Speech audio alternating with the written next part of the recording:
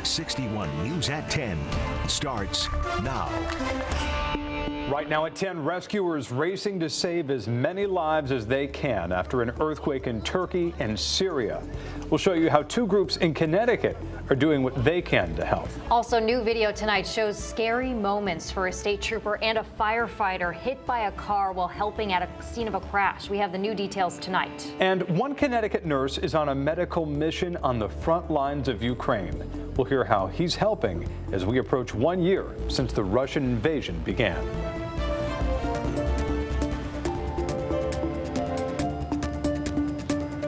We begin at 10. Groups across Connecticut trying to help after the devastating earthquake in Turkey and Syria. Good evening. I'm Ben Goldman. And I'm Jen Bernstein. Thank you so much for joining us. Our state and the U.S. are joining dozens of countries in getting extremely needed supplies and relief to the hardest hit areas. The epicenter of Monday's magnitude 11 or 7.8 earthquake was just outside of the southern Turkish city of Gaziantep. At least 125 aftershocks measuring 4 or higher on the Richter scale have occurred in Turkey and in northern Syria. Nearly 12,000 people have died in the earthquake, 9,000 of whom are from Turkey.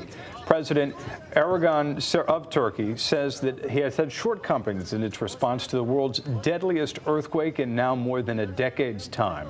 As first responders continue digging through the rubble, organizations are also racing to get supplies to Turkey and Syria. That includes here in Connecticut, where groups are trying to help out in any way that they can. Yeah, a restaurant and a mosque are just two of those raising donations to send to Turkey. Fox 61's Gabby Molina spoke with members of both groups. She joins us in studio tonight with their message. Gabby.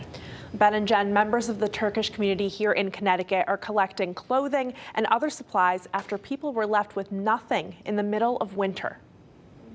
The Turkish community in Connecticut is hurting. We love our country. And I know I feel what kind of pain my people go through right now. Devastating earthquakes left thousands of people dead and widespread destruction in Turkey and Syria. A lot of people is under the rubbles. It's devastating times. Many people here have felt compelled to help. Donations are being collected at different locations, including Sultan's Turkish restaurant in Waterbury. It could be coats, jackets, sweaters, pants, boots, socks. I had several calls by our customers calling in to see what they can do. I mean, they also want to help financially. And the Diyanet Mosque of New Haven. Imagine you lost everything in one day. And whatever you can think of it, please bring it here.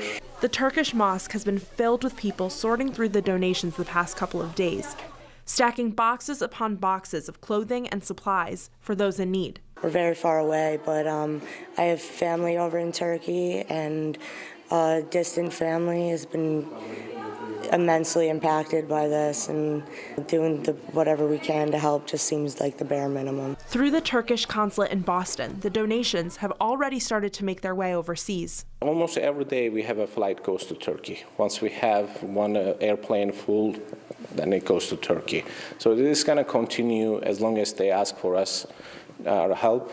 And fortunately, there have been plenty who are willing to help already. That's the power of humanity, is just being there for other people, like in hard times, good and bad. And some of the donations collected will also be going to Syria. For more information on what items are needed and how you can help, visit our website, fox61.com. In the studio tonight, Gabby Molina, Fox 61 News. Gabby, thank you. If you're looking to help victims of the earthquake in Turkey and Syria, Connecticut's Department of Consumer Protection is warning you tonight about some scams that could be out there. Officials say that scammers take advantage of goodwill following tragedies like this. Before you give a donation, you should do your research to make sure that it's a reliable resource. Never give out personal information like your social security number, and always trust your instincts. Well, February 8th, and it definitely feels more like early spring than it does midwinter. And the chances of us experiencing quote-unquote winter here in Connecticut are now dwindling down. Chief Meteorologist Rachel Franco is joining us now. Hi, Rach. Yeah, for the next 7 days, temperatures will be above average, if not well above average. And it looks like even beyond that, in the 8 to 14 day range, above average temperatures seem favored. So time is ticking away here for real winter weather. We know we can get some big winter weather this time of year. Meantime, spring fever out there today, near 50 degrees in Hartford, mid-50s in Groton, and we have record-challenging warmth in store for Friday. But before we get to Friday, chance for a few scattered showers as we head through the day tomorrow. Big storm system heading our way, but only a small part of it. Most of the moisture and energy will be sent to the north and west of us. 31, the current temperature in Hartford, 36 for the New Haven area. And taking a look at the next 12 hours, we'll see overnight lows bottom out in the upper 20s to right around 30 degrees. And as we head through the day tomorrow, again, there is a chance for a scattered shower or two. We're not talking about a whole lot of actual measurable rain, but you might want to keep an umbrella handy or have something with a hood that you can throw on from time to time. And that will start in the midday. Again, kind of scattered, hit or miss in nature right through the afternoon. I think a better chance of everybody getting wet, more numerous or widespread showers as we head into tomorrow night with high temperatures in the 40s, and then it turns crazy warm. We'll take a look at the numbers, your full forecast coming up. Okay, Rachel, thank you very much. Well, tonight at the Capitol, we are getting a look at Governor Ned Lamont's proposed $50.5 billion budget for the next 2 years. The proposal has nearly $500 million in tax cuts, including the largest income tax reduction in state history, and more credits for small business owners. $2 billion in medical debt would be erased for Connecticut taxpayers.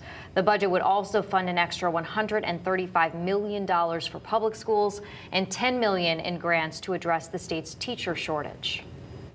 More taxpayers, a growing economy, coupled with our shared fiscal discipline, has resulted in 4 balanced budgets, soon to be 5. Now, coming up at 11, Fox 61 political reporter Emma Wolfhorst will tell us how state lawmakers are reacting to the proposed budget. Well, tonight, Hartford police are investigating a shooting on Congress Street. Officers say a man in his 50s was shot at his home. We're told he's in critical but stable condition right now. It's still unclear what led up to the shooting or if there are any suspects or arrests. Anyone with information about the shooting should call Hartford Police. New video tonight shows the moment when a state trooper and a firefighter were hit by a car while responding to a crash in Cromwell. State police released this dash cam video of what happened this morning near where Interstate 91 and Route 9 merge. We have paused the video right before the trooper and the firefighter were hit by the car. Police say that the car spun out before going into the original crash scene. Now, the driver is charged with several driving violations here. He was released on $1,000 bond and is due in court on the 27th. Police say that weather could have played a factor in the crash. If there are icy conditions, slippery conditions, always slow down, make distance between you and any other vehicles. But with the move over law, regardless of the conditions of the roadway, Yeah, the firefighter suffered a serious injury in this crash, and the trooper had a minor injury, we're told. A former UConn student pleads guilty to several charges after being accused of killing 2 people and kidnapping a woman back in 2020. Peter Manfredonia pleaded guilty to murder in Rockville Superior Court today. He also pleaded guilty to first-degree assault and home invasion charges as a part of a plea deal. Manfredonia was charged with murdering his childhood friend in Derby, Nicholas Isley, as well as kidnapping Isley's girlfriend and forcing her to drive him to New Jersey. The 26-year-old's also accused of killing 62-year-old Ted Demers in Willington. Manfredonia led police on a manhunt through several different states before he was found all the way in Maryland. He's expected to be sentenced on April 20th. A Hamden student was in court today after he was accused of bringing a loaded gun to school. 18-year-old Cal Davis Yancey is facing charges after investigators say he brought the gun to Hamden Collaborative Learning Center yesterday. He's also accused of punching another student during a fight. Davis Yancey is being held on more than $180,000 bond. The judge says if he does post bail, he cannot go back to the school.